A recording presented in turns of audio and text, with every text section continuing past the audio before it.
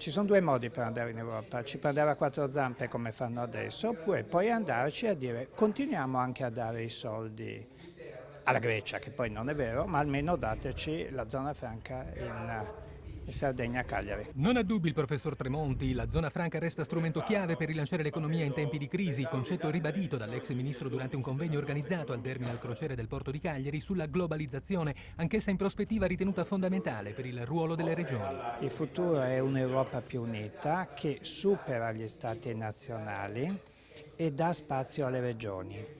Gli stati nazionali sono stati provvidenziali, davano anche tanti soldi, provvidenze, adesso i soldi sono finiti ed è un po' finita come dire, la storia, il ciclo degli stati nazionali.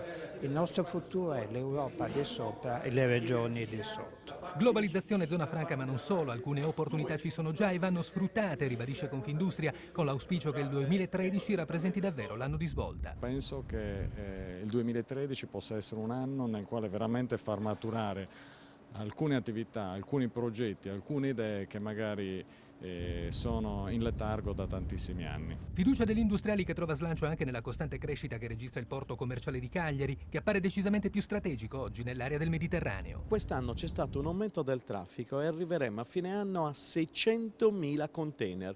Ma i numeri non rendono l'idea. Se li mettessimo tutti in fila, noi attraverseremmo 2 volte l'Italia. Vi do un'idea di quello che è il grande sviluppo di questo porto.